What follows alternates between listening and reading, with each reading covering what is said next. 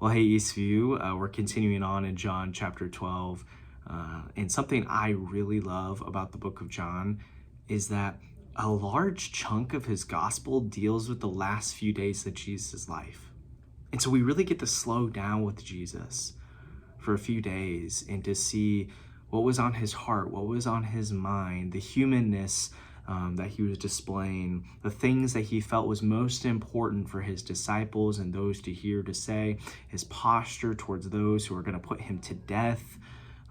Obviously, the salvation story at play here. There's just so much rich stuff going on in John chapter 12. And in the book of John in these last few days, but John chapter 12 is loaded with a lot of stuff, and you'll get that from the Devos this week and when you read the text. But something I kind of want to hone in on today is in verse 32, Jesus talking about his death and his enthronement here. He's going to be enthroned by going to the cross, which is just such a weird thing to think about. And he says in John 12:32, "And I, when I am lifted up from the earth, will draw all people to myself." He said this to show by what kind of death he was going to die.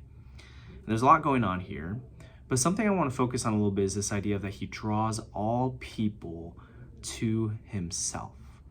And if you go a little bit earlier in the text, there's Greeks that come to seek Jesus, right? And so we know that for the most part, Jesus' ministry was to the Jewish people.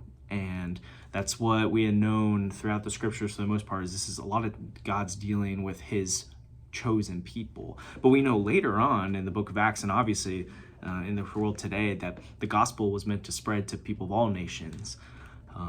And so so when the Greeks come to seek Jesus, we don't really get like a direct response from Jesus. And it seems like he's laser focused, like I talked about a moment ago, on the mission and what he's there to do that week.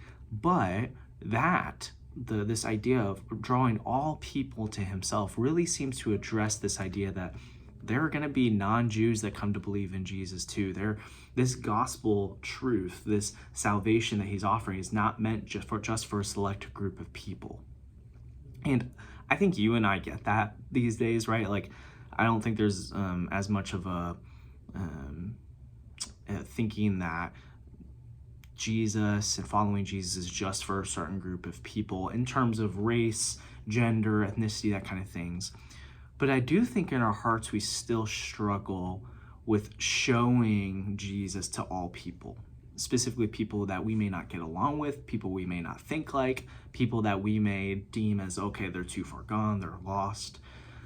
What Jesus did by going to the cross is that he drew all people to himself. He gave an opportunity for all people. It doesn't say that all people will be saved because of what he did. So he's not saying in this text that all people will come to faith in him because of his death and resurrection, but all people can be drawn to him now. His Holy Spirit is pursuing, his love is pursuing all people.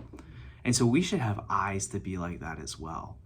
It is so easy sometimes it's not even easy for us to love and show the love of Jesus to the people we care about. But it's really easy for us to just kind of write off and walk past and not really think of the people in our workplace and our families and our neighborhoods that we don't personally want to love. But Jesus' death was for all people. And so this week, maybe take some time to think about, who are some people in my life that I know Jesus is drawing to him, and I can show love, I can show the gospel to them this week. Love you, Eastview.